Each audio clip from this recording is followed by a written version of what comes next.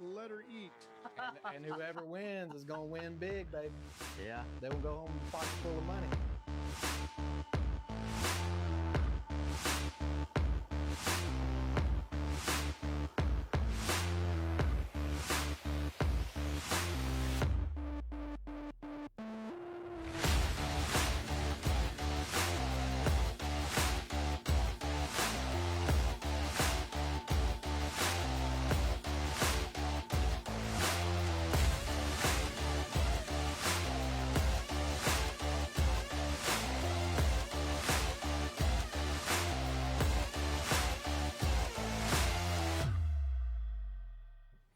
All right. So we're throwing a wrench in everybody tonight. Dang we're it. doing Facebook Live instead. What are you danging it for? Cause my dang, I can't do anything about tearing it up. What'd you do? I got it back now. I don't know what I did. Anyway, our audio's good. Okay. All On the right. Well, video. that's what I was checking. Want to make sure it's good on the rest. Yeah, I got it up on my end. I wanted to make sure You can see us right now. Yeah.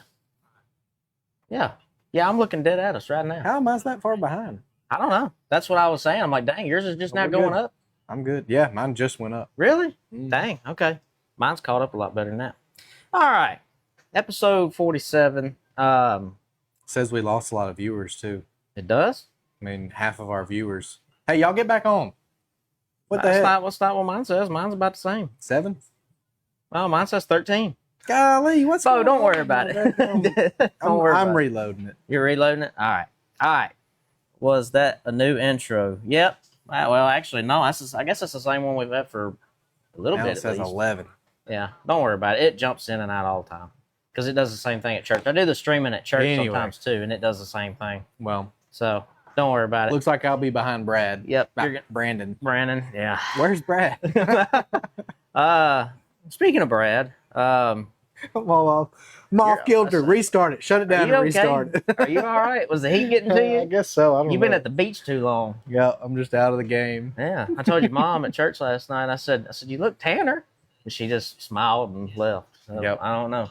Anyway, So you've had. How long was you there? Just Yeah. a week. Was it just a Well, week? we left Friday and went to Hannah's parents' house down in Montgomery. They live there. And then we went over to my nanny's house on Saturday and spent the day with her. Yeah. She hadn't met Barry yet, so we did that. Oh, okay. And then we went over there. So Saturday to Saturday when we were at the beach. We left a day early to go. Where'd just to y'all get down there? Where'd y'all go? Pensacola. Pensacola Beach. Pensacola. Yep. Y'all had a good time. Yep. Pretty good time. You didn't like my post. I said, I hope you get sunburned. I just don't know where the heck you got that picture from. I mean, you Your could have posted a Facebook. picture of me in the recent past. Your not Facebook. from 2000. I know, but that was the I point. mean, I guess we've been in 2000s for 26 years, Yeah, but that's- that was That's the point, though. When Brad's birthday comes around, I'm gonna go find one of his photos and post it. One with the hats on backwards and all that stuff. You know, that's what I'm gonna do. And then when it comes my people are time, going to be like, they're going to hop on here and they're going to be like, who the heck is that guy? He looks nothing Yeah. like the post down there. yeah. And then whenever it's mine, I'll post one of the goofiest ones of mine. I don't know. Yeah, right. I'll believe that when I see I it. will. Well, I don't guess I have very many. I don't guess. I never had a time where I just You had never super posted long it. hair. Or, Yeah, me and probably Brad will never work posted. on that for you. Yeah, go ahead. I don't care. Heck, if it's AI, I don't care. Whatever. Oh, We'll get one of man. the Chaz's pictures and put your face on it. Oh, that's messed up. See, look, a lot of people have told me said you look like Chaz, and I said, well, I guess it's That's such an insult, too. I mean, really, it kind of is. I'm not hating on the Chaz. I like Chaz. I don't agree with everything he says. No, for sure, I do. Speaking of his clip, the clip that Brad sent us, and he was live in the stands watching Kyle Larson whip up on everybody at Eldora Which the other one? day. It was terrible of him. Hilarious. I Mhm. guess he was live the whole time. Well, I like the one where he had a guy holding up a cardboard sign that says Kyle Larson is your daddy or something like that.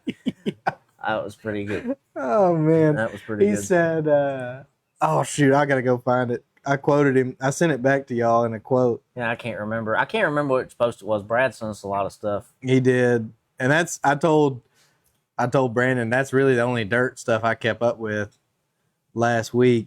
I actually probably watched more sprint car racing this past weekend than I've watched in a while. He like, said back to back. He said as Larson was passing gravel, lapping gravel, he said another nightmare for all the sprint car fans. Yeah. Yeah. It was hilarious.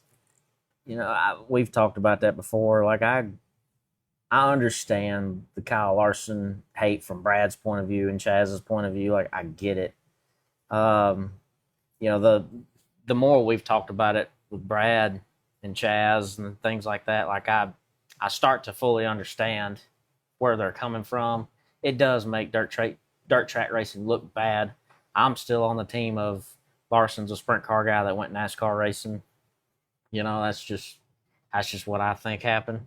But he whoops up on all the other guys, and it does look bad. It makes them look like they're not as good, but I can assure you they're the toughest in the world. And Larson and Bell both. They're in their own little zip They're freaks code. of nature. They really That's are. why they're racing NASCAR. Yeah. Well, they win in everything. It didn't matter. It didn't matter. It didn't matter what they got in. Larson gets in late models or the modified or the midgets or just whatever. Well, he wins everywhere with NASCAR.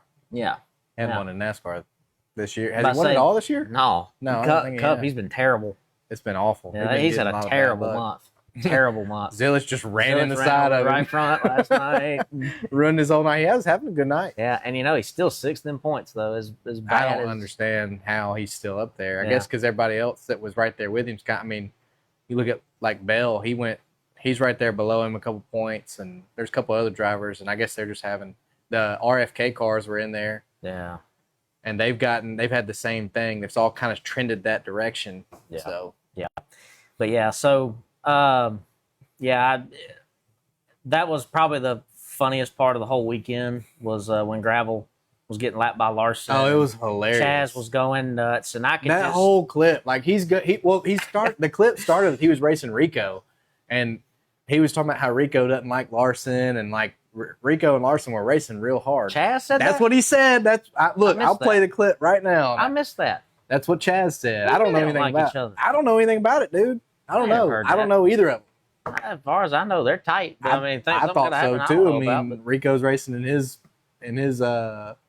sprint car league. So I don't know. I don't know. I don't think either so. way. That doesn't sound right. They were racing hard, and then he just, you know how dramatic he is, and then he cuts out, and then a few laps later, he's lapping gravel. He's back like crying on the lap. Well, listen, I'm taking some notes I'm taking a couple notes, you know, out of his book, I guess. You know, you do a little bit of rage bait, and I made a post just a minute ago. If you haven't seen it on my personal social, I took the sticker, the IHRA sticker, off the side of my car, and I threw it in the garbage. So I guess I don't need this anymore. So, yep. You know, no disrespect to any of the officials or nothing. We'll get to all that here in just a second, but it's just the sanctioning body, you know, is what failed, and so it's not a poke at the people. But I posted about it today too. I got an update on the YouTube about the RV and where it's sitting at. Yeah, Bo posts. I didn't get to see it. We were talking about it right before it hit live, and I said I didn't get to see it, but the first sentence I saw when I clicked on YouTube, it said, "This is take 8." Yeah, you said that. You saw that right. This is take 8. And I just cracked up. So I'm gonna have to go back and watch that later. It was a bad morning. I shot it real quick this morning. I could not get my words to come out. Yeah, I'll go check it out. It ain't nothing much. It's just a few minutes. How much time do you actually spend editing? Like how much do you video, and then how much do you edit? Like on that one, it took me, other than so Brandon said I had 8 takes to get it right. Then I had 6 takes on the closing comments before I could get it to all come out, you know, wrap it up. So it took me probably 10 minutes to edit those 6 takes out. The rest of it, I didn't really edit that one much. I just kind of cut the ends off to where it was smooth. And is it just why? What are you not getting out? Like you just. The words were not coming out. The words aren't coming out. I would try to say something. I'd have it coming out, and it would just change directions. I'm like, what the heck was that? I'm probably the world's worst, and we do live. But you know why I do live, right? You know why? Do you know why? So Will Thomason, he was helping us, and I think it was episode 13. I thought it because Will didn't want to edit anymore. Well, so there's a story out, but Will buddy of ours goes to church with us and everything. He was the one doing the editing. Like the first 12 episodes, we recorded it, edited it. It went out on Thursday. Was that right? Or Wednesday? Something. I can't remember. I can't remember how we done it. Year and a half ago. Yeah, it's been a while. And finally, I told Will, I'm like, why don't we just do live? Because it would take a while for it to load, and he'd spend a lot of time going in and trying to edit little things. And I'm like, screw it, why don't we just go live? He said, well, that would help with the editing. We wouldn't have to do any. I'm like, yeah, and people will know we didn't edit anything out. Like, you make it dangerous. Make it dangerous. That's just the way I like to live, I guess. What it is, what it is. The old me couldn't do this. See, about 10 years ago, I couldn't control. Let me take that back. Rewind. I would not control what came out of my mouth. Yeah, so I probably would have said offensive thing. I mean, I already say offensive things. Yeah, but you're good at public speaking, though. Yeah, but back then I didn't have as much of a filter. You have a filter now? A little bit. It's just enough. Filter. Just enough. It's a tiny filter. Just enough where I can talk on here and I don't have to think about everything that comes out of my mouth. I think you called Seth Bergman a moron or something a few weeks ago. That's lightweight. That's lightweight? Okay, yeah, I mean, dang. Yeah.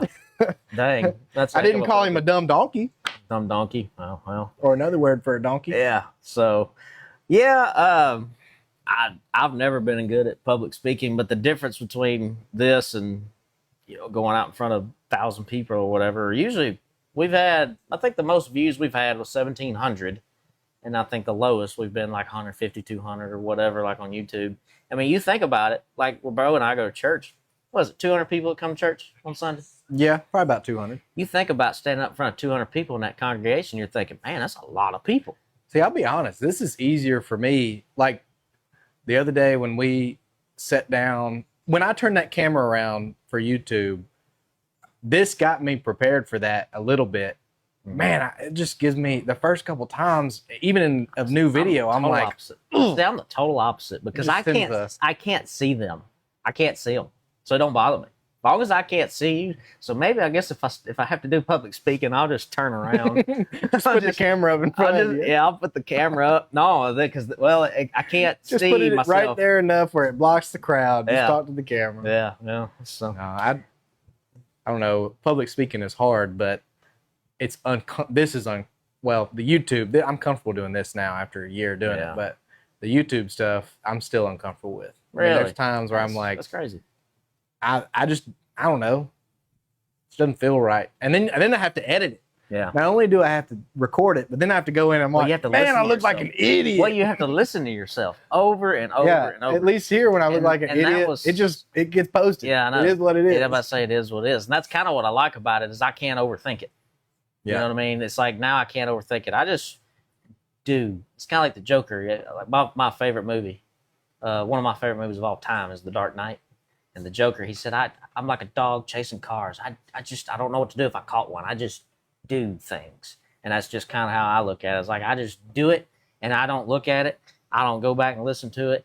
I'll do nothing. I've got a... I don't re-listen to these. Yeah, I unless can't. It's something I need. I mean, Ronnie Howard said I could he would give me a sprint car ride if I could find where he said, I can't remember what he said right now. Anyway, I hadn't even took the time to go back and do that. I could be driving a sprint car now. We even tried to use AI to go back and find it because we couldn't find it, but the episode was like 4 hours long. Yeah, I'm not going back to do 4 hours. I wasn't even in that one. Oh, Carter's in the comments. He just started doing his video. Yeah, did you watch that? Yeah, it was really good, Carter. Yeah, Carter, really keep that up, dude. That was money. That's why I said this is awesome or whatever I said. Yeah, keep doing that. Yeah, I wish more people done that. Like the video you did when we were at Anderson, awesome. Like I love that. That's what I like going back and watching. And I wish more people done it. I'd watch them all. See, I like Carter's in-car. Yeah. I love the in-car, especially when you could see him, which he had the camera facing back towards him it didn't have him completely in it. Yeah. I would have loved it to be cocked a little bit more towards him so you could see how he reacted to whatever was in front of him. And then he had one that was down in the cockpit. You could see his hands moving and everything. And that was in the feature. So all the dash was lit up, glowing in there. It's real cool. Yeah, it's pretty cool. Definitely keep that up because I like watching that Ronnie stuff. said you can't. I did not say that. It's on video somewhere. We gotta find what he said though. I can't remember. I can't remember what was said. I know that you were supposed to have a stock car ride this year, though. We ain't heard nothing about that. No, well, the Heard stock anything. cars just hadn't got rolling Yeah, at They hadn't Riverside. got rolling. I mean, they said there were 6 cars showed up yeah. Saturday night. Yeah. I mean, that's still, and that's like not a bad night this year for Riverside. It's almost August, man. I know. It's I don't know if almost I don't know if they're gonna take off. Yeah. I don't know.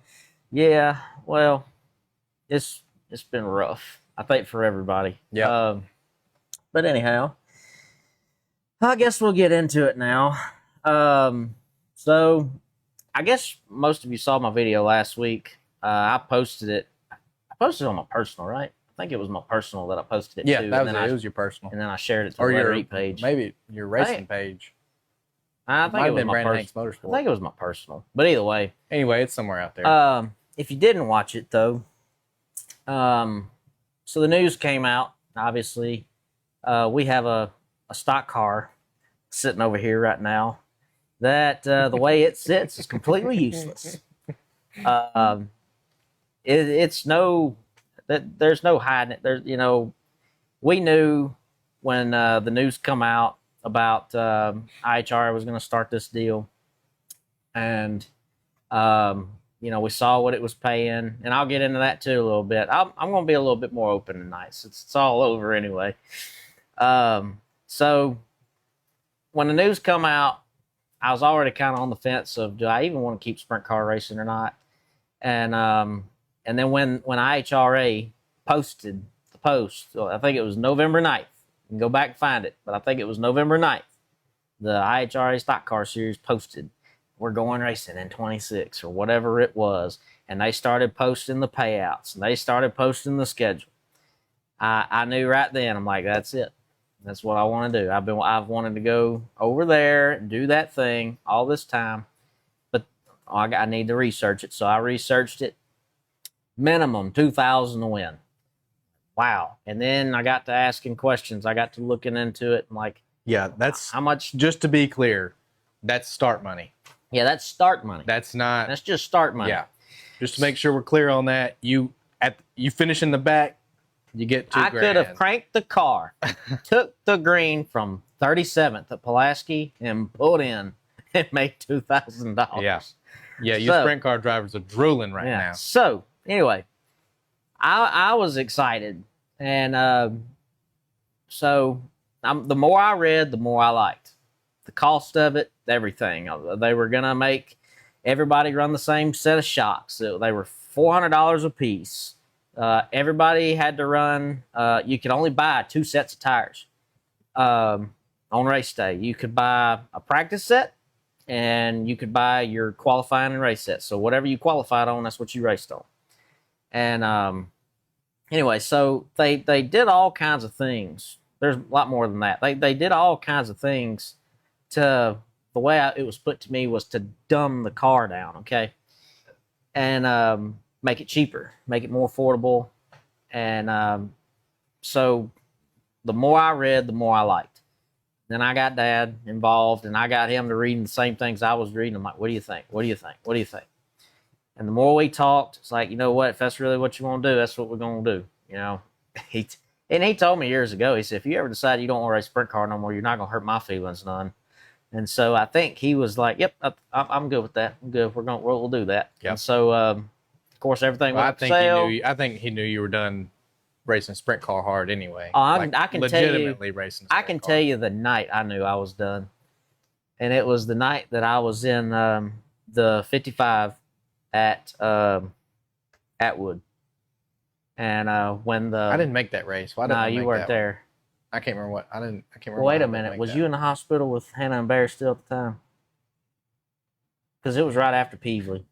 Wasn't too long after that. Yeah, probably was. That's probably wasn't too long after that. Now I raced a little bit after that too, but I can tell you the night I was done, and that was when the drag link come off under caution, running third, running Dale down for second. Chase was leading, and when it come off, the car just steered itself into the infield, and I stopped it. I took the steering wheel off, and I laid it down, and I put my arm down, and Dad looks at me. He just looks. He grabbed that drag link. He done like that, and I said, "I'm so sick of this. I hate this. I'm not having fun." and that was it. That was the day I was like, "Yep, I'm done with this." So I was already to that point. So I was ready for something different. So when all this came out, we had nothing to lose, right? Like we had nothing to lose. It's not like we were going and running with the Outlaws and we were building this thing up and we were really competitive, especially when we showed up to those shows. Yeah, it's not like we were respectfully crazy fast. It's hobby racing. Yeah, exactly. So it's not like I was giving up. Really we were making shows. We're making outlaw shows. Yeah, so we were making shows. We could do that. Not even have to run Bs. Yeah, we were making the mains. Yep. So yeah. So when I say hobby racing, like very respectful term there. Yeah, yeah. So like we actually got to where I think the last 2 or 3 outlaw shows we went to, we raced our way in right out of the heats and didn't have to run the Bs, and we showed promise, but it was just, man, once you get past 15th, it's hard to go forward. It's really hard to go forward. Crap, we got you a good car about the middle of 24? Yeah. And then we had a problem. Before 20, early 24. Yeah, even. Early 24 probably. We were good. And then just a lot of bad luck, 25, but couldn't catch a break in 25 to show it. I don't think it was the 15th was harder to get up and go. I just think couldn't catch anything and go our way. Yeah. So we put all our eggs in this basket. We're like, you know what? This thing's blowing up. We're buying Memphis. We're buying Atlanta. We're buying Maple Grove. Is that right? We're buying this. We're starting this series. We got this going. What was the news Brad just shared with us right before we went live? The drag boat. Drag boats just stopped tonight too. They just probably copy and pasted the same thing they did for the Nitro series and the stock car series and just put power boats there and posted it. So it's just every week it's just getting worse. You just expect it to be, if it's not funded from somewhere else, you can expect it to be canceled because that's what ran out. Funds ran out. Yeah. So say all that to say, you know, we was talking about the cost of it and everything. We got in, and that's just what we did. And then, but we knew like this could go south because they're blowing up like crazy. But you know what? It's worth it. We're gonna give it a shot. And then we were told at Anderson, we had a whole phone call come in. It was Dad. He had a phone call come in. Said, hey, he said, your boy supposedly just got fired by Elon. And I joked with Dad, like right there. I was like, oh, we have a series to race with this time next month. Not thinking that would actually be the case. I thought, well, surely we're good for the year, you know. And, you know, no matter what, surely everything's set up for the year. Wrong. Very wrong. Yeah. So, that's what happens when you get stretched out on credit. Yeah. Well, you know, this is all allegedly, but I don't want to go spitting out numbers that I've heard. But this man was apparently making some killer money every day, building these data centers for Elon. And, well, when he gets let go, there's no income. Well, now you can't fund all this fun stuff we've started. And it was, rumor has, we don't have to spit out any numbers. I mean, that's none of our business, and we don't know if it's true or not. But if the rumors are true, there's back pay involved. So there's bills that are owed. Yeah. And, you know, if you're going to go out, Americans do it every day. I mean, the majority of America is in debt. The majority of people have a note. And you don't have the money to pay for that note. Yeah. It's so easy to understand. Like, he expected the money to be there. Now he spent the money and it's not there. Yeah. No more coming in. Yeah. Nothing. And since it's a new series starting up, it's not making any money yet. Yeah. And it was, you know, a little bit out over his skis. Yeah. From a business perspective, you really got to be, which I was optimistic. I remained optimistic about it just because when you're dealing with that much money, I mean, we know some of the numbers of the tracks, so we kind of got an idea of how many millions that he spent on this stuff. Yeah. When you're dealing with that much money, typically you got a pretty solid backup plan. Yeah. Which, I mean, he still owns all the real estate. Yeah. So the title I made for the episode was "I Do Not Fail," and a friend of mine, it was actually John Spotter. He said, "You didn't fail" or whatever. I said, "No." So Daryl, in this interview, sometime last year, I was trying to find it before we started, and I couldn't find it. But was some interview that he did, and he said, "I do not fail." Because they asked, "So, well, what's your backup plan if this goes south?" And he's like, "I don't fail. I don't have one." Well, that aged like old milk. Yeah. You know. I think you still got to give him some time. I think he short term failed. Yeah. I don't know if it's a long term fail or not. No. I mean, failure is when you quit. Well, here's the thing, though. Even for us, who's gonna go support him if he does start something back up again? Somebody will. I'm not saying there won't be some people that won't. Well, why did you go race with him? I mean, it looked very promising. Talking about all the fun. Yeah, it was affordable. That was it. But now, it's like, how many more people are you going to get to go buy late model stocks or pro late models, or swap everything over and go run your deal now? You'll get people, because there's guys running late models. They're running backwoods late, or I guess grassroots late models. Yeah, and they're not making they're racing their local track for points, for a little bit of payout at the end of the year. They're not racing with Cars Tour. They're not racing with any touring body. Yeah. And when you get a sanctioning body that comes in, I mean, what has he paid? Did Daryl pay? Well, that was my next thing. Was that every race up until this past one at Anderson, it took 3 weeks to get our check. So when we were at Anderson, they asked for all the information. So we're gonna do automatic payments. You'll get a lot faster. Won't have to wait for it in the mail. Blah blah blah, whatever. And so we gave them all our information, and we were supposed to start getting payments not for Anderson. He said it was going to be our guy I was talking to said it was going to be probably after the next one, which would have been Pulaski, where we were supposed to go next week. And so I didn't expect it. Well, this past Saturday makes 3 weeks. And if I'm not mistaken, we either usually got it around Friday, Saturday, or Monday of the third week. I don't know. I haven't checked the mailbox today. I'll be honest, I hadn't thought about it till we just started talking about it. I don't know if it's here. But as far as I know, we haven't received payment. As far as I know, nobody has. The photographer hasn't that I was talking to the other day. So I don't know. I don't feel too confident yet right now. Well, before that, though, everything, I mean, he paid everything. Yeah, you knew week 3. And if he's out of money, you ain't getting no money. Well, I was gonna say that's the thing. If the money stopped flowing in, how's he gonna pay everybody? But if he gets it all, if he has enough to get a series going again, you have to. I mean, if he's got enough to pay people, you got to understand the work he's gonna have to go through to get his people back. Oh yeah, to get anybody back. So if an event happens, you're gonna get paid, and there's gonna be somebody show up, and they're gonna have a 30-year-old car. And they're going to have a bunch of beat up fenders, and they're going to make a lot of money because ain't nobody with a good car going to be showing up. Yeah. Well, and then next thing you know, they're going to start making money on their race program, and everybody's going to start talking about it. And then all of a sudden, somebody's going to trickle in, and somebody's going to trickle in, and somebody's going to trickle in, and he can rebuild it. It's going to be harder because you got to rebuild trust. It would be a lot harder. But there's people local to the tracks that have nothing to lose. I mean, they're racing there. They're racing there anyway. Yeah, so why not sign up for that race and go run it and see what happens? I mean, $2,000 to win if you get it. And there's not many people like us that travel as far as we do to go run that deal.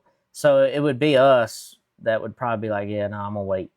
Yeah, and that's completely, especially if you're gonna go. I mean, because it's just like right now, if we went to Anderson. So I'll break down the cost a little bit at least. So $2,000 start covered tires and fuel for this thing. Easy for the weekend. Yep. So we didn't have to worry about it. The only thing we really had to worry about was food and the diesel to get there and home. And that was really it. It didn't really cost us anything. Diesel sucks, but like if you compared it, and when you're not clear, when you have a spotter that clears you and you're not. So, but we were. Or when you have a spotter that says not clear and you clear yourself. Yeah. I mean, whichever way it happens. Whatever it was. But either way, me and Dad actually were talking about it again this morning. Racing hasn't even really hurt us this year at all. We've barely felt it at all. I cannot say that about sprint car at all. After about 3 or 4 sprint car races, you knew you've been racing. Yeah, which is insane because it's not that high now, but for the first 2 races, diesel was $5.50 a gallon. Oh yeah, running back and forth. Like, it blew up about the time we started. Yeah, I drove my Camry to both of the races I drove to. That's right, I forgot. And I spent about $200 on fuel in my 30 miles a gallon Toyota Camry. Yep. So I mean, it's not cheap. I mean, fuel's not cheap, and they're driving 2 trucks because we don't have a toter. Yeah, I'm about to say we looked at hotels, and Dad would, like, at the first race, and Dad was like, "I am not going to that hotel." Hold up, he kept reading the interview. Let me explain the cost of hotels. I bought an RV because hotels are so freaking expensive. True. I mean, I literally went out and bought an RV so that I could take my wife and boy to the racetrack to work. Part of that was for convenience, but the other part of it's by the time you drive, you buy a hotel and you get back and forth to the track when you need to be there and all that, and then buy food. You're looking at $1,200 a weekend. Yeah. And I'm looking at an RV. Well, if I buy a used RV, it needs a little work. So here's the thing. I'll sell it for the same money when I'm done with it. I hadn't even thought about this. Way cheaper. I hadn't even thought about this, but whenever we got canceled, like, you're sitting here holding an RV. Yeah, I still got an RV. I got into that in the video today. Oh, you did? Yeah. Okay. If you go back and watch it. I'll go back and watch it. I got into it, so I'll go back and watch it so you ain't got to repeat yourself. But yeah, that part didn't even. Oh, sorry. We're both financially invested in this. That didn't even dawn on me. That didn't even dawn on me till you said it. So I guess you really are hoping we go run some car store races, aren't you? I mean, anything. Yeah. We'll do something, though. It'll be all right. I mean, whatever it is. Well, I tell you what, we'd fit right in at Talladega. Yep. We'd fit right in. Look, I sent Hannah something today about the best way to go to NASCAR races to camp in the infield. You're right. I sent it to her. I'm like, here we go. Yeah, I say. Might as well. We're ready now. What's it cost to rent? What's it cost? Dang, Bo. Oh, he wants to rent your RV. Yeah. Not for rent yet. Let me get it. It hadn't even been on its maiden voyage, Brennan. Yeah. You need to change gears in that thing. It still needs a little bit. And honestly, it's got a 400 small block with I think it's got 4 11s and about a 28-inch tire. So it doesn't get down the highway real quick. It's screaming. And not that you would blow it up, but if I started renting it out, I'm scared. I'll be honest. My brother and his wife have already talked about renting it. I don't know if I'm going to. Oh, really? I don't know yet. Hey, you might make a little money with it. Because I'm like, I don't know. If you don't know what you're doing, 70 if you don't know what you're doing. Yeah. You got that thing screaming, which I don't think screaming hurts anything. It's just, that's a lot of, it's that's a lot on that thing. Yeah.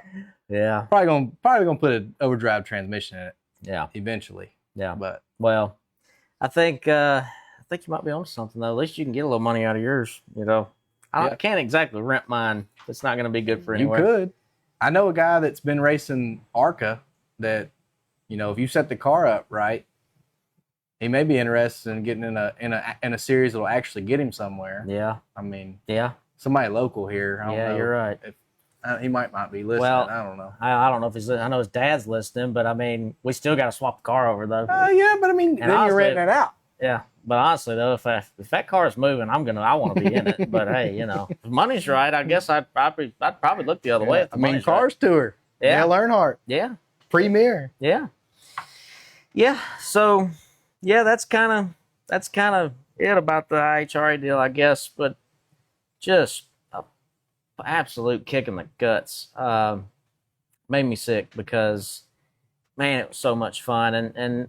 I'll brag for a minute about Tim Horton and his son Daniel and John over in Turn 1 with us, the Turn 1 official at the last race. All the staff, man. All of the them. tech guys. Casey, so many people. I can't even, it's kind of scattered trying to think of everybody. There's probably about 30 or 35 people that were involved with making it happen. So nice. They were just real and like guys. You could walk up,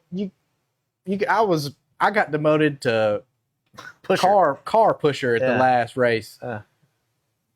You walk up to any of them and they'd answer your questions. They were there for anybody and everybody. Yeah. Now I'm sure I'm not saying they didn't get frustrated with people asking stupid questions, but they were Pastor John, excellent. One that did the prayer before the last race. He taught me during the rain delay when you was over asleep. He taught me everything about how to grow watermelons, and I mean everything. I know everything there is about growing watermelons now because of him. And I mean, we just shot the bull all the time. Yeah. We had a good time with all of them. They're all just real good dudes. It's crazy the dynamic though, because we've talked about Riverside several times. Well, we talked about it last year how we need a tech guy. Talk about this year how there's no tech guy, or there is a tech guy, or it's always a problem around the tech guy. Yeah. Man, they were cool. Yeah. I mean, and they would tell you, you're out of tech. Yeah. You failed. Well, they would tell us, like, hey, go back, do this, fix this, and just bring it back through. And you do that, and they come, yep, you're good. And, I mean, you just go on. That was another thing I liked about it. It's like everybody had to go through tech. It's the same dang thing. You knew we was getting tech. You knew they were going to tech after the fact. You knew what shocks everybody had. You knew what front spindles they had. You knew everything. Everybody was on the same dang page. Yep. I've never been a part of something so well ran, and they ran 3 dang races. I know racing series that I will not mention that after 20-something years can still not get it together. Can we not mention them legally? We're not mentioning them. I refuse. I mean, is that the one though? The one that we can't mention legally? Yes. Okay. Which is why I'm not even going to talk about what had happened locally. So I'm just not going to bring it up. But I'm stand down. But I'm telling you, they had it together, and that's what I loved about it. It was the best ram machine that I've been a part of. It was smooth. It was very smooth. I mean, and like even the complaints that you saw online or from other racers, they were so minuscule. Yeah, no, they were so it didn't matter. Yeah. Didn't affect the racing at all. I think the biggest thing was people were upset with how they handled Cordele. Which we talked about was kind of not their problem. It definitely wasn't their problem. It was the track's safety officials. It wasn't IHRA's. Yeah. They were terrible. That was terrible. But that's what I said in the video last week. It was like, I cannot sit here and actually think of a time I could pick apart something. I really can't. I cannot think of one dead-gum thing that I can just pinpoint and go, yeah, that was awful, or that was a terrible decision. I can't think of one. Not one. And we knew going into Pulaski, the first race, it's like, well, this is our first race and this is their first race. There could be a lot go wrong here. And it was great. Yeah. From the drop of the green. It was great. I think they moved the tire pickup time up a little bit. Yeah. It was a little crowded. Didn't take, took a little bit too long. Yeah. But it's just little stuff like that. Yeah. Like, did it affect our day? No. Nope. It was little bitty stuff that didn't matter. It just didn't bother anybody. They were very transparent about everything. Drivers meetings extremely clear. If you couldn't get get it, you're probably retarded. Yeah, you shouldn't be driving the car anyway. It was fantastic, and that is why I'm so upset. And it's just like I was talking about too in that same video. It's like, get you a B car. Nope, not doing that either. I just. It's tough because I've already been discouraged about going and running the car store. I'm not saying me. I'm just saying about other people have already been discouraging us from going and running the car store. It's like it's the Cup Series of late models. It's like it's not going to go well. For one, I don't know why you'd tell somebody that. I mean, I get it. I don't know. When you show up and you don't make the show, it's going to be pretty embarrassing. I know. Thanks for the warning, but especially I already now know. that I'm putting it on YouTube. I know, but you don't have to warn me. Like, I know. Yeah. I know where I'm going. Yeah. I know that they're the most expensive late models you can put on a racetrack. Like, I'm well aware. You don't have to tell me.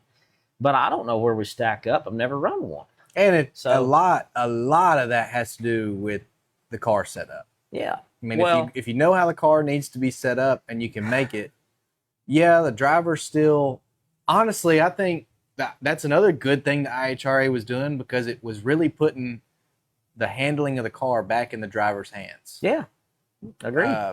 Your dad and I talked about it on the way back from Anderson. When you run in the corner and you set it down on the bump stops, you're driving a go-kart around the corner. Right. Now, yeah, you got to know, as the crew chief, he's got to know how that car is going to set back on those tires to get the drive off, how it's going to come up off the front. You got to know all that, but to get in the corner, you're going to set it on the bump stops, and you're going to run it through the corner just like a go-kart. Yeah. And it takes some of that. If every car is identically set up, I mean, you're dealing with, I don't know, there's a lot of adjustability in these cars the way the IHRA set up. You could change how it went in the corner and got off the corner drastically. It wasn't just a little bit. You could do major changes. Well, again, it with how goes the back. shocks work. It goes back to what I was saying earlier, though. Is like we all had the same shocks. You had the same front spindles.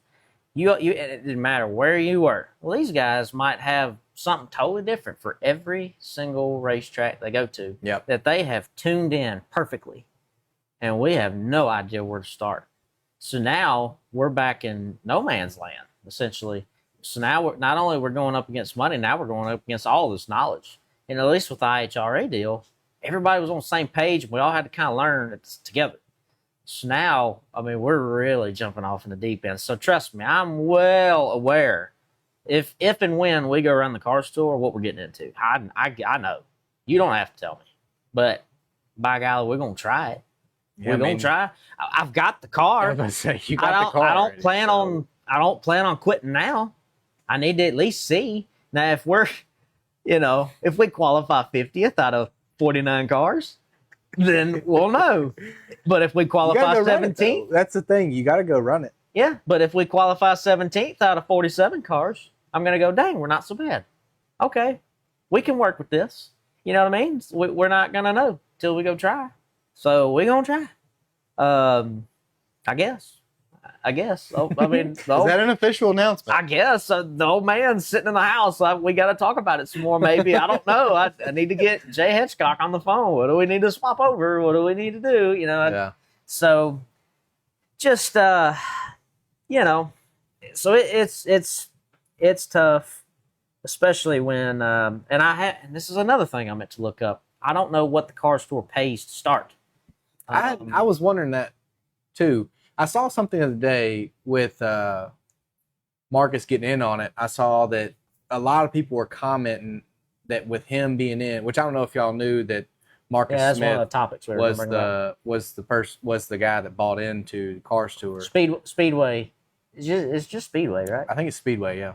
Just Speedway. So Speedway, if you don't know, he owns Bristol, Las Vegas, Charlotte, Texas, Atlanta, Sonoma. I don't know all of them. I think that's all. He owns a lot. I think he owns Nashville. They got their hand. It's Bruton Smith's kid. He does own Nashville. Yeah, Nashville. Yeah, got money tied in Nashville Fairgrounds. Oh, Dad's in the comments. He's got the little eyeglass. He's still thinking about it. He's still thinking about it. He's still thinking about it. Anyway, with that, he's got money, and I hate to just be like, oh, he's got money, he can handle it. But a lot of people were talking about how I've seen a lot of comments. 3 sets of tires and fuel need to be that needs to be your bare minimum start money. So that was kind of that's kind of one of my questions. Is so to me, all of the folks, like when we were at Anderson, I don't think you and Dad were around. I don't think there was a guy that was unloading next to us, and not the guy we wrecked. It was a different guy. But he was the race, wasn't it? No. Neil. So like, if I was looking at the car parked in here, Neil was parked like right here from us.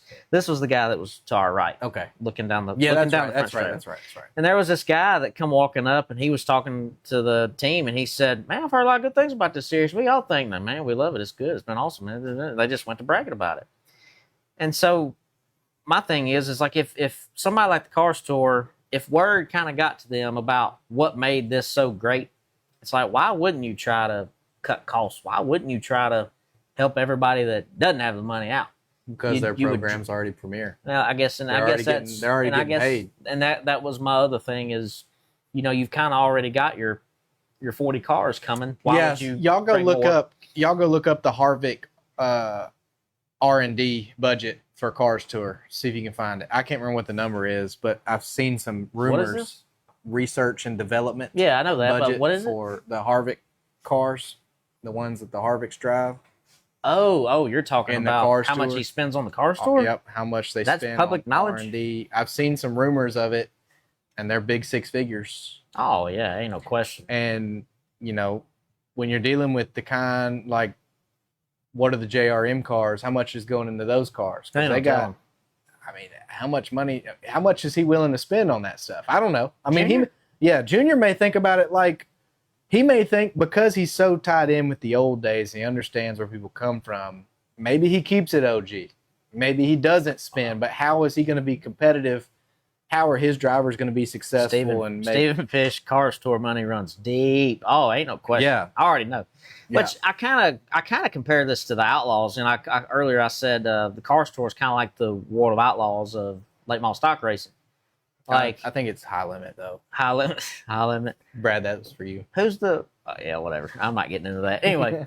But like, B-team, I went A-team. from like when we'd go around with the World of Outlaws, I went from running Tony Stewart and Casey Kane running against those guys to now I'm running against Dale Jr. and there's another one. Who's the other one?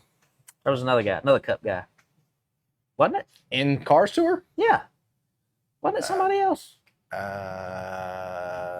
I mean, it I'm depends drawing a on blank. it depends on the weekend. Chase Elliott was Oh, racing Kevin this Harvick. past Kevin Harvick. weekend. Kevin Harvick. Kevin Harvick. That's what I was He thinking. doesn't race all the time, though. Right. Well, I think they've done that because Keelan was running the pros a lot, and then I think a lot of people were throwing a fit because Keelan was winning all the time, all the pro races, and so they went out west, started running at Kevin's track, and started running the west stuff. But I mean, I don't know why you'd do that, but anyway.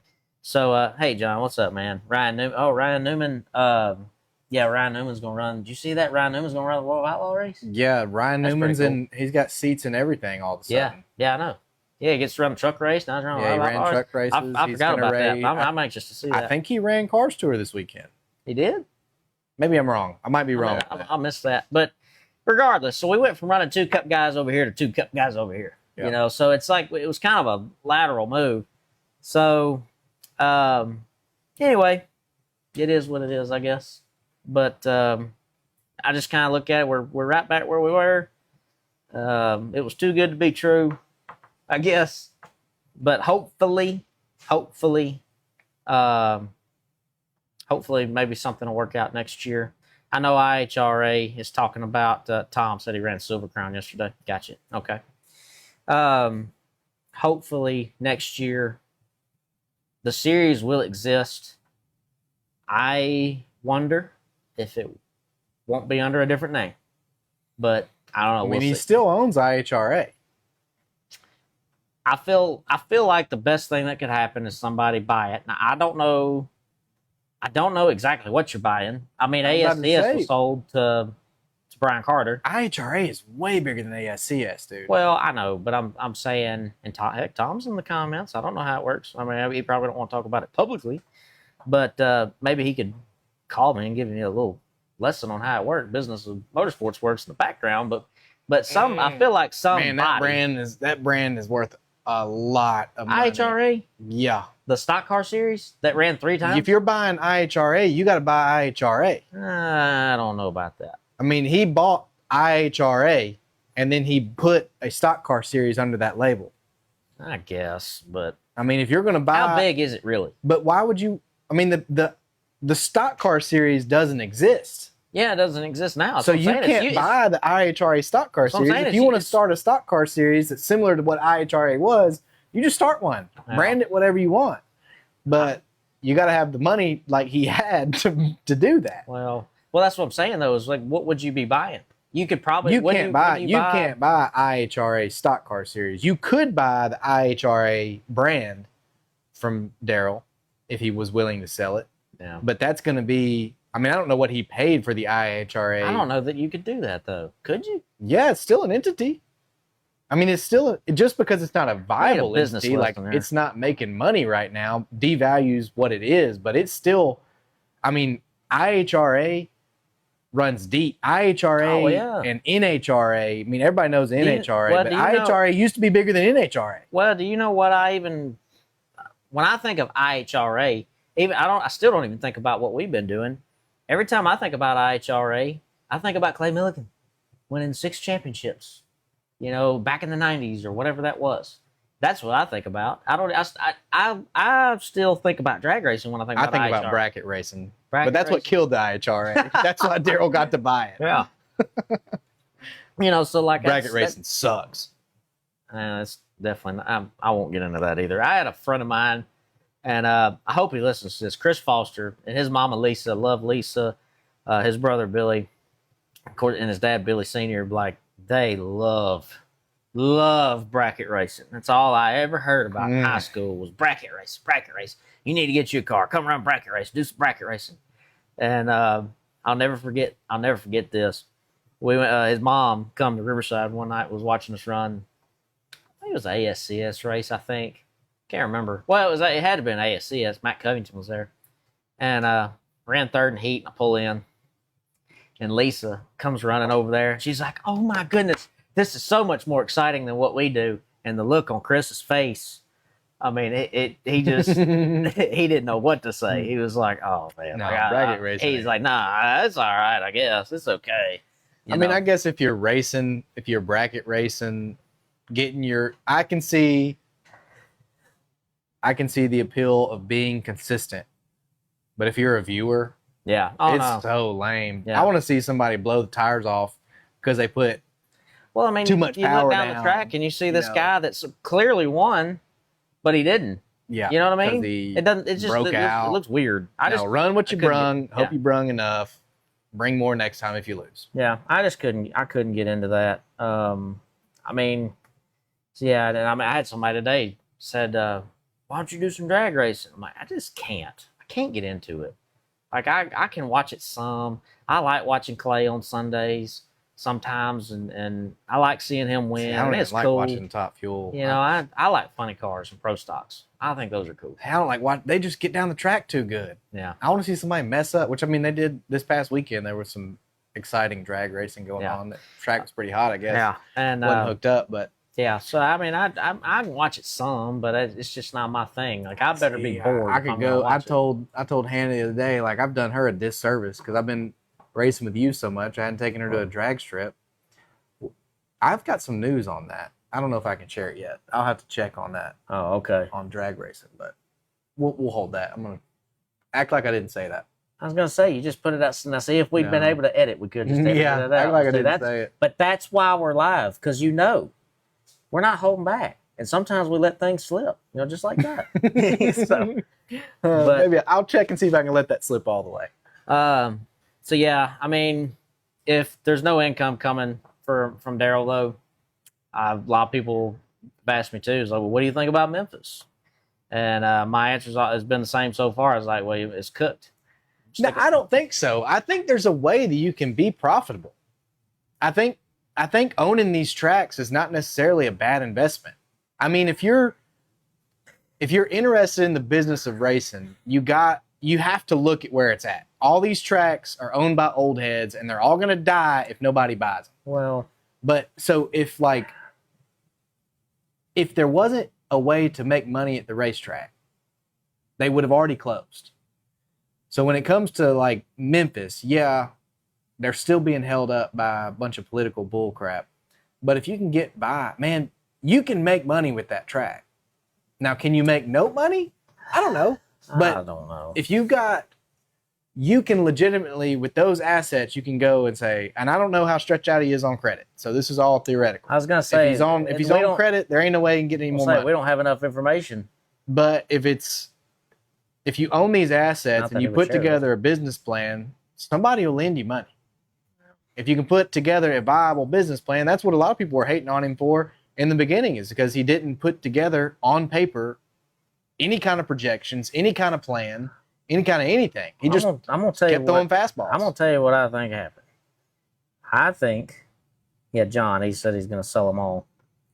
That's. If he's got to recoup his money, I don't see how he does it. I would mostly agree with that too. But that's not a problem I think for racing. When he said I do not fail, I think his head got a little too big, and he put kind of like me getting this car. He put all his eggs in one basket, and when that faucet got turned off, he's standing there with the bucket going, oh, shoot, I don't have any water. I don't have anything coming in. Now what do I do? You know, I don't know what other income he's got. I don't know what else he can pick up. I have no clue. So, you know, he buys the track. Say he paid cash for the track. He still has to do all the renovation. And they were talking $60 million for renovation. Where's the money going to come from? Well, that's what I just said. I mean, You know, he's got the asset. So if he can put together, see, when you go, if you were to start a business today and you needed money for it, you would put together a business plan and you would put on paper how you were going to make money. It would have to be, you can do that legitimately. Then you walk into the bank and you sit down with a banker, or you walk into a private investor and you present that to them and show them how you're going to make money with it. Those tracks that he bought can be viable tracks. Memphis could make a ton of money. You reopen the drag strip and start having events there, and getting the drift clubs back out there doing their thing, and start hosting events again. You can make a lot of money doing that. I can't remember how much he paid for the track, but we got Tom said 40 days open. Have you got it up on your side too? Yeah, 40 days open per year is hard to work. And Bryce, insurance policies for racetracks are at all-time high. Operating an existing racetrack has never been more challenging financially. And so, yeah, that's another thing I haven't even thought about, haven't put any thought into, is the insurance side of it. But, you know, I've always heard, and I think it goes for race teams. I've always talked about race teams. Probably the same thing goes for racetracks, is if you want to be a millionaire in racing, you start out as a billionaire. You know, So I don't know how you make money having a racetrack. Clayton Allen would be another good one to call right now. You know, I don't know that that's a good one to call right now. Probably not. He doesn't have a good car count. Yeah. Well, hey, I talked to, so good news. Brad, I know he's not here, but Brad was baptized at church yesterday, and me and my wife went. And of course, Clayton was there, and Clayton said that it was a good night, so he was actually pretty happy about Saturday He must have night. made some money. He must have. He did something. He said it went really good. So wait, the series that must not be named rented the track, right? I don't know. So he probably made his He money. might have. That bare minimum was met. He might have done pretty good. I don't know, but I'm just saying he was in a good mood. No, it is hard. I'm not trying to make it light. I mean, well, I know you're not, but and like you know, kind of what I've been doing lately, looking at numbers and looking at things. Bo wants Stone Riverside. So I know we're doing Facebook Live. We've actually got more viewers tonight. We've had more people comment. But Bo in the past has said he wants Stone Riverside and run Riverside. I have actually said that before. Yeah. And Clayton, if you're listening, we should talk. But when you're looking, it's just a matter of. Hey, they said the stands were full. That's good. It's just a matter of it's the numbers. You got to make the numbers match up.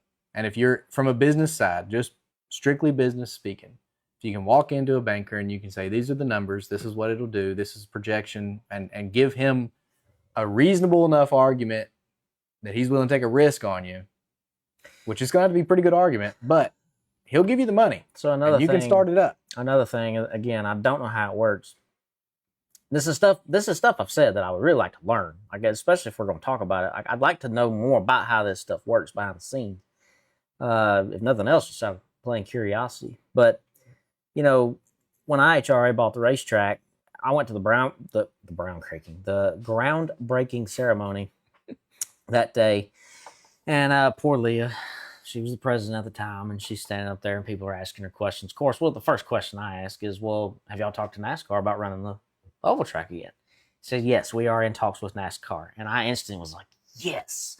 So, how does that work? So, like, is NASCAR renting a racetrack, or like, do they make money? Does Memphis make money when series like that come in? What if NHRA was to come back to Memphis and run their place? You know, so I don't know.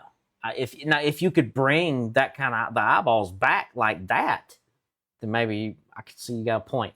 But if you're just doing these local things, the local things ain't working. Everybody wants to see the big stuff, in my opinion. You know, but that's just me.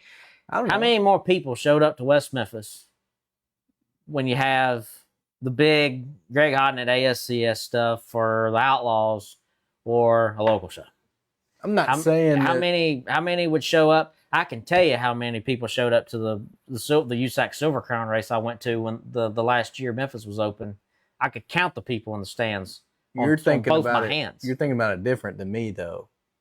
I'm thinking about you're opening up the track. I'm thinking about Memphis, strictly Memphis. I'm not thinking about any other track right now. But with what Memphis had on the ground before it got closed down, I'm talking about getting people involved in racing. I'm not talking about people coming to watch races, because I think I don't remember the numbers. The last time I went to watch an event, it was like 10 or 20 bucks to get in. The guys running their cars at the event, they were paying 5 times that. Whatever I paid, they were paying 5 times that. So when I'm looking at ownership of a track like Memphis, where you've got all this stuff building up. Now, circle track racing, if you're going to use that, that's a hard one, because you got to have fans in the seats to make any money in circle track racing. But every other form of racing, not every other form of racing, that's a bold statement. But drag racing and drifting and some of your highly involved racing series where you have, it's not just, like, you can show up pretty easily and race. I think you can make money doing that. Like, you think $100 a car, if you get 100 cars to show up, that's $10,000. I know $10,000 is not a lot of money, not when it comes to racing. But if you can do, if you can start getting car counts up, which, shoot, man, back in the day, Test and Tune, Testing be easily $100, 100 cars out there. Legit. Now, they weren't paying $100 a car to run. Yeah. But if you can start getting, just think about if they curated, if they really reached out and tried to make that a thing. The reason Test and Tune was good is because the old heads just did it. And if you knew the culture, you were there. Everybody could take their car, though. Like, that's right. Heck, me, I could go pay, I think it was like an extra $20. Yep. From like your ticket to get into the racetrack. So I paid $20 or whatever it was.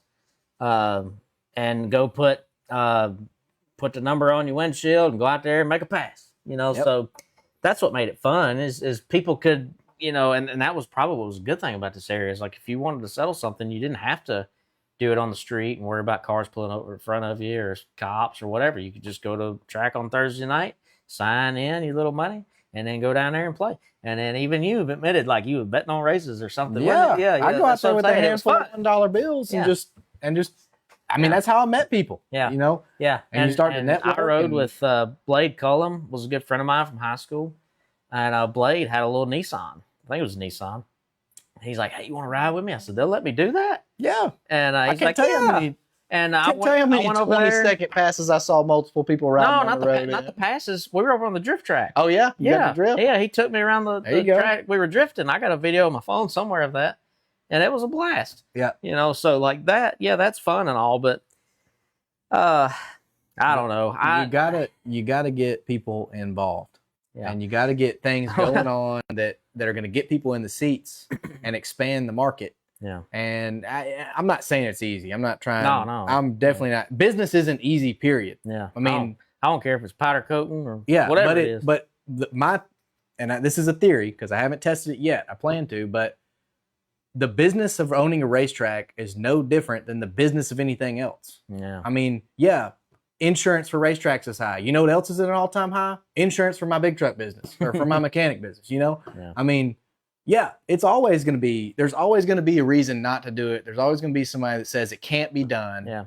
But the reality is it can be. Otherwise, you wouldn't have Clayton. Yeah. I mean, he's doing it. Well, and you wouldn't have all these guys. I know that a lot of tracks are shutting down, and you can look at those and say it's negative, but most of the time, those owners refuse to change. They refuse to do anything different than what they've always done, and you can't do that. Yeah. Well, we can talk a little bit about this too, like kind of circling back a little bit, but like we've talking about the car IHRA, like I was told after not Cordeal. Was it Cordell? I can't remember. It was after the first or second race, obviously. It wasn't too many to have to remember. But I was told by IHRA that the amount of views that the series got, and I'm pretty sure it was Pulaski, it was 2,000 less views than the ARCA race with Cletus McFarland got.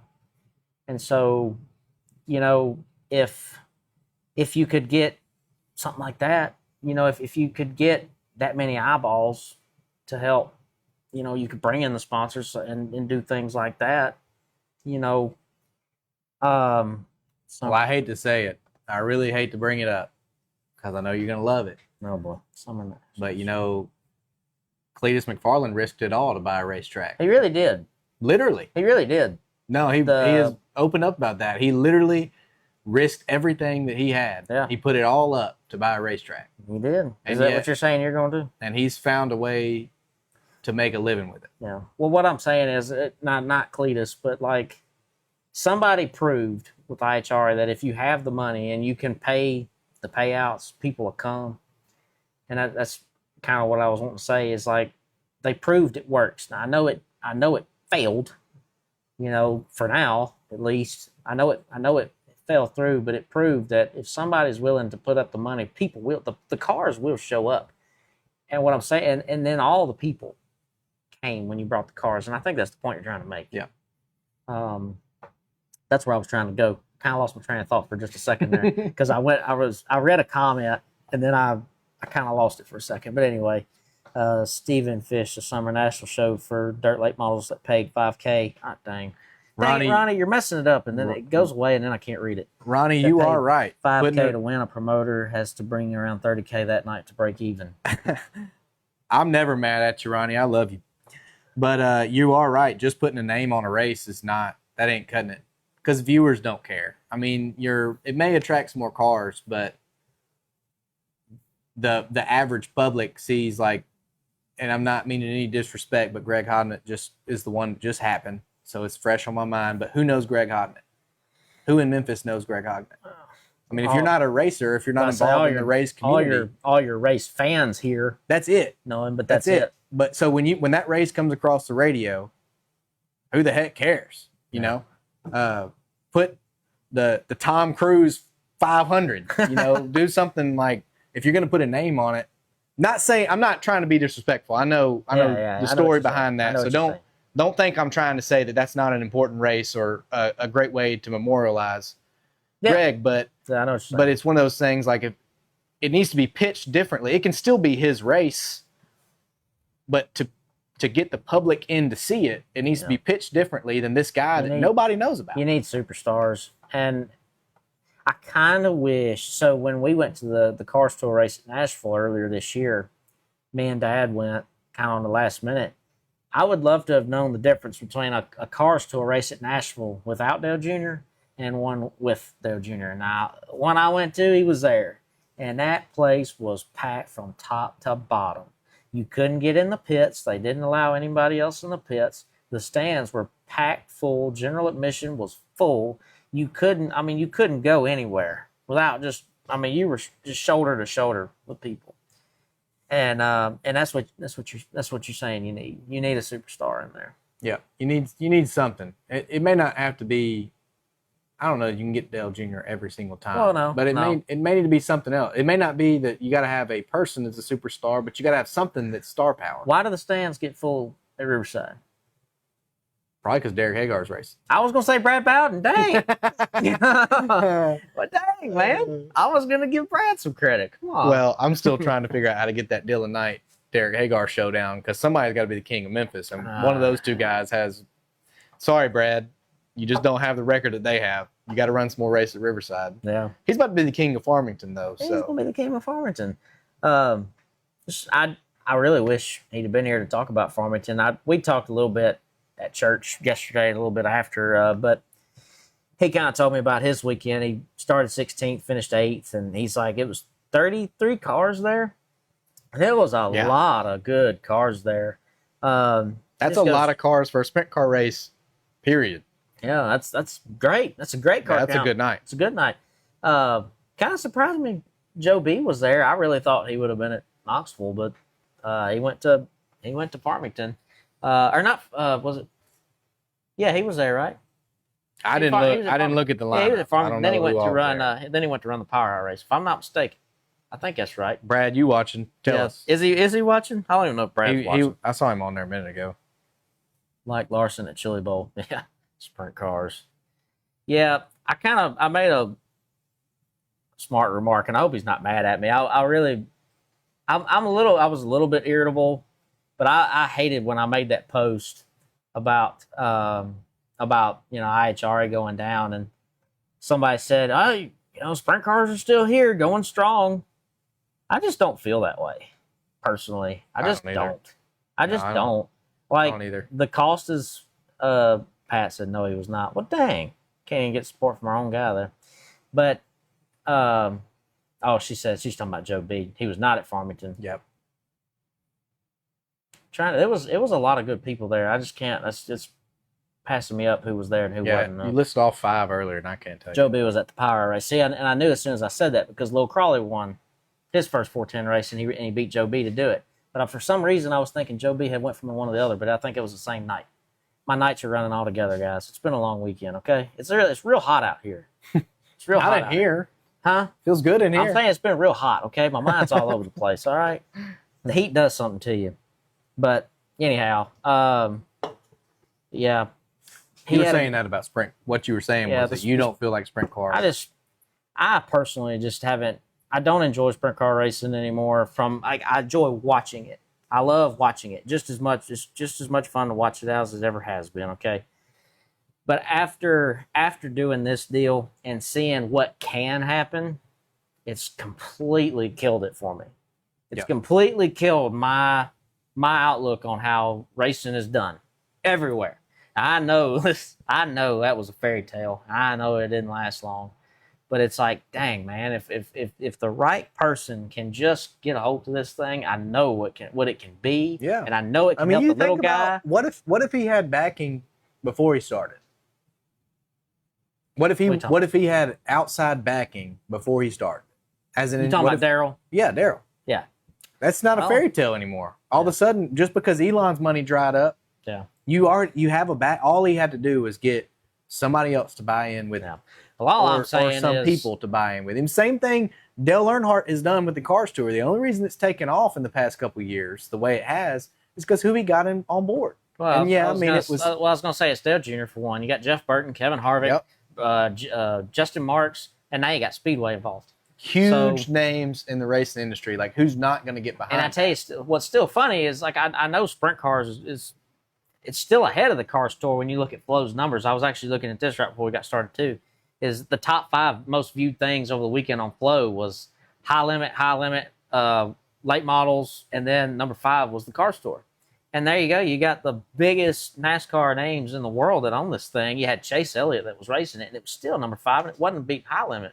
But I'm saying what kills it for me, or what IHRA has done to me, is that now when I look at what it costs to race a sprint car and what it pays to start the race versus what it costs to run that car versus what it paid to start that race, I can't even look at it the same. Like it's now I've taken the pill and I can't look at it a different way.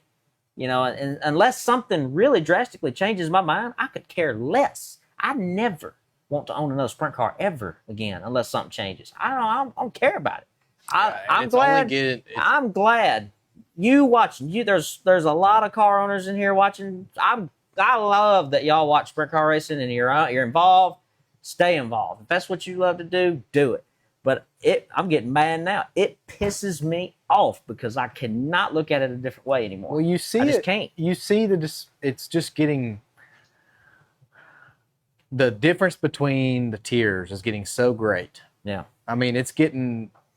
Yeah, you can still run ASCS. You can still run the series that must not be named. You can still do some of these regional series and even some of the national series. But like, if you're not racing high limit or outlaws, you don't have an opportunity to make any money at this. Right, and you better be good. And you've got to be good. You've got to have the money to hang.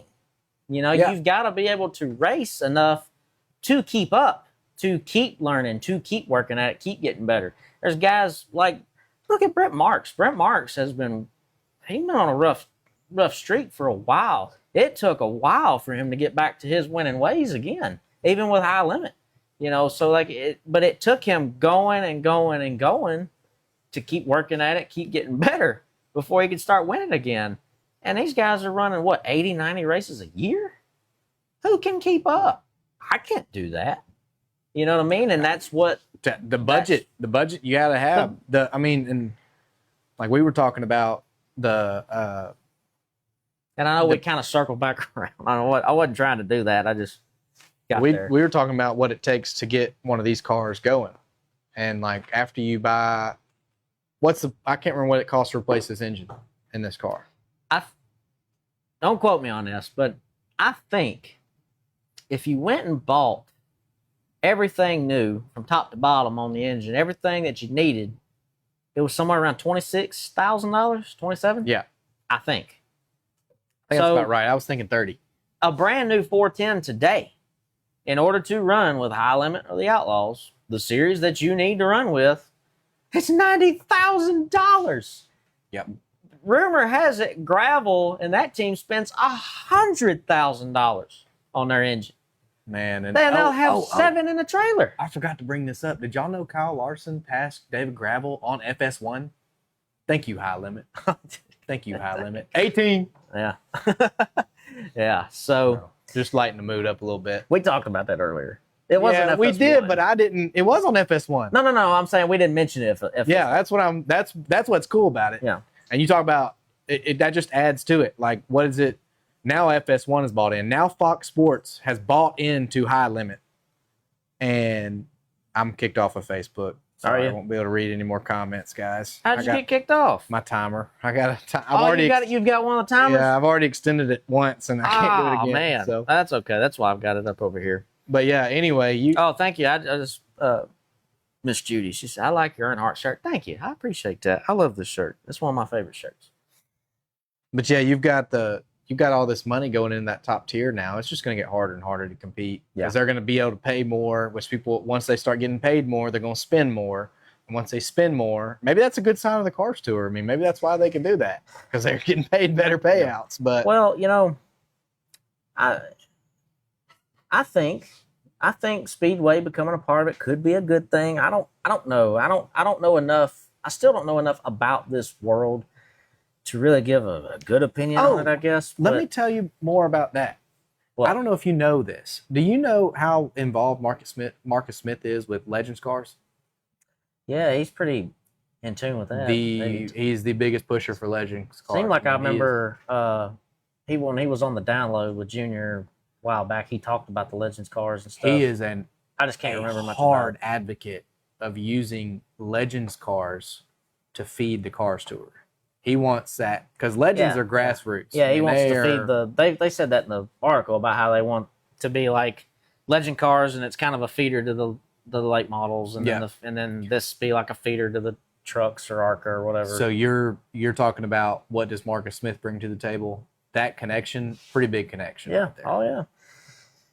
I wouldn't be surprised to see more money just go run the car store, which in therefore make our job even harder.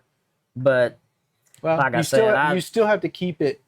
It's got a tier. It's got a tier out. And one thing about NASCAR has always been good about tiering their stuff down with the two lower series. And if you're going to associate with Dale associating Cars Tour with NASCAR, if it becomes a true feeder, well, then you're gonna create more feeders. And with Marcus buying on, now you've done it again. Now you're putting this. I guess you have to go back to the NASCAR lawsuit where you're allowing the teams to have more money. Well, they can spend more money, but they can also put more talent in their seats. Here's what I still don't understand though. If this is going to be a quote unquote feeder, you still have to have money to go. You still have to buy. You still have to buy the ride. You still have to. It's a whole lot cheaper to go race a Legends car. Well, I know that, but I'm saying that's affordable. That's affordable racing. And if Bandoleros feed Legends. I'm saying think about trying to give an example. Jimmy Johnson. I can't remember what Jimmy's dad did. His mom drove a school bus, and what did his dad do? Ah, man, I can't remember.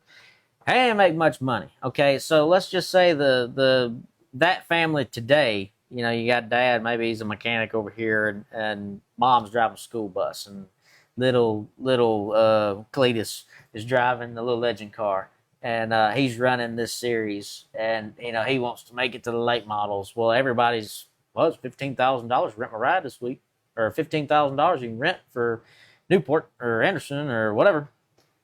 Well, how's he gonna move up? How's he gonna do that? I think that's what the NASCAR deal. If it truly is going to tear down, and this is all theory, it may not ever.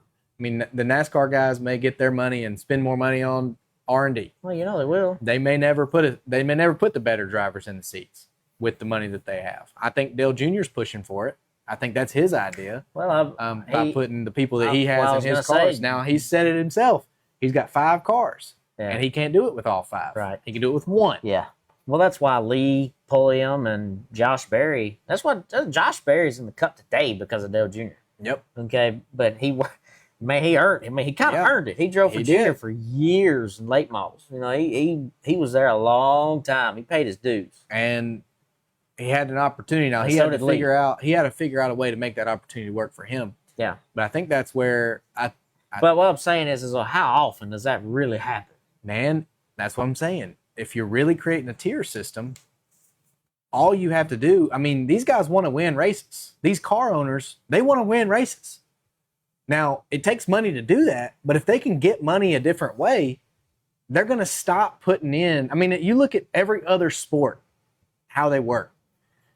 They spend money to make money, and they get the best guys. The best guys put butts in the seats, and that's how they make their money. They sell their jerseys. They do this. So if you can get a guy that is good, like truly good. That's why, I know what you're saying. That's why Rick Hendrick, even after the hard R, put Kyle in a car because he knew he could win. That's why Spire's putting Carson in the 77. Very controversial, runs over a lot of people, but you know what? He can drive the fire out of a car. But he can drive fire out of a car, and you know what? He don't give a darn. He made sure everybody knew about that. So there's a lot of young drivers that are like that are coming up. Now, I'm not saying that they didn't have money to get their opportunities. I was gonna say, but they still fall on But money.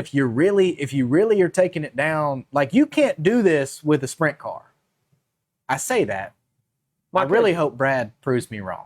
Man, yeah. I've got a lot of faith in Brad. I think Brad wins the points. Brad's going to be a champion I think if Brad wins the points championship at Farmington, there's no telling who's going to notice. Brad's going to be running high limit next year, full time or outlaw. But he's not running a feeder series. He's running the top tier. He is running the fastest cars you can run.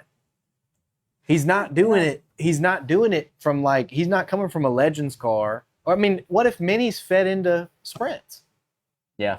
I mean, how would it change? Because you're not going to get a ride in a sprint car. Well, you might, depending on who you know. But so Brian Carter he bought ASCS. You know, so World Race Group they own ASCS, right? So is ASCS now feeder to the Outlaws?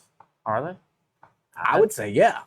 I think so. I personally think so. I think that was it's still new. As much as. Oh, sorry. Hold on, Tom. When I got to think about that, crazy to think how many sprint cars are.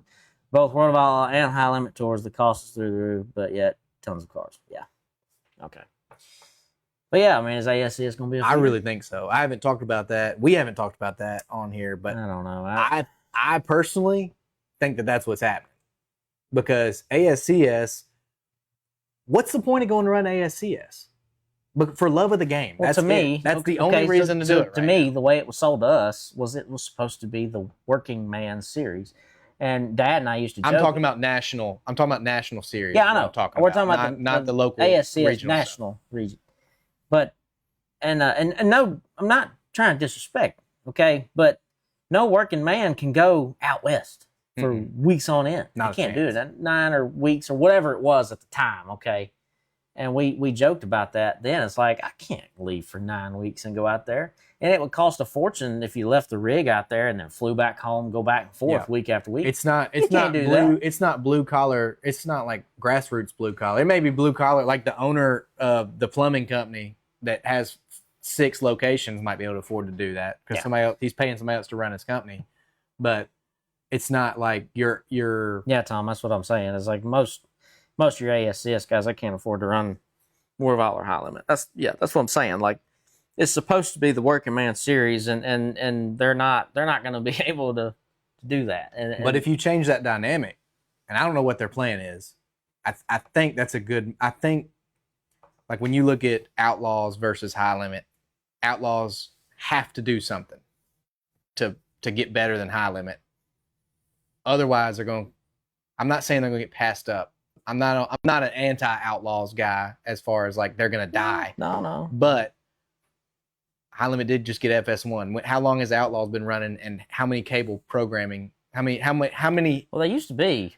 Well, how long has it been since they've been in that picture? I have no idea. It's been a long time. My only thing like about that though is, and we need to close it up. But like my only thing with that though is that most people stream. Now I think it's harder for your normal person. This is something I told you earlier in the show when we were talking about Chaz. This is something I agree with Chaz.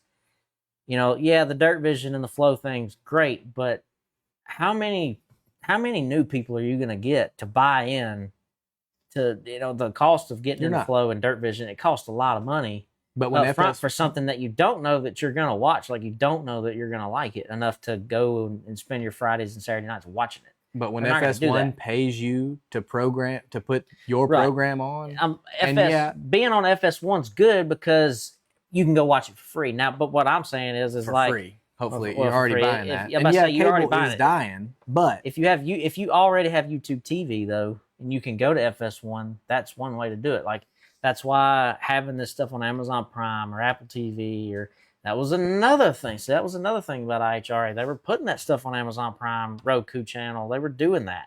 People could go watch those races for free, and it was easier to get people to go. It's so much harder to get them to go watch Flow and Dirt Vision. Yeah, you know what I mean. I think that's one thing that's holding the Cars Tour back. Is that it's on Flow only. I agree with that. And you can't, every now and then you'll get on YouTube and they'll have one up for free, but Cars Tour very rarely because it's premiere. I mean, Flow wants that same thing with High, which I say that, but dang, High Limit's getting so much exposure outside of the Flow atmosphere. It's ridiculous. Yeah. I don't think I've watched but maybe 2 High Limit races on Flow this year at all, which I haven't been watching it as hard as I normally do. So Tom just said Chili Bowl was on Amazon Prime last year and probably be on again next year. Okay, good, and that's good. And their streaming service is better. Like the Flow, I told you and Brad Flow one is night. rough. I watch Flow.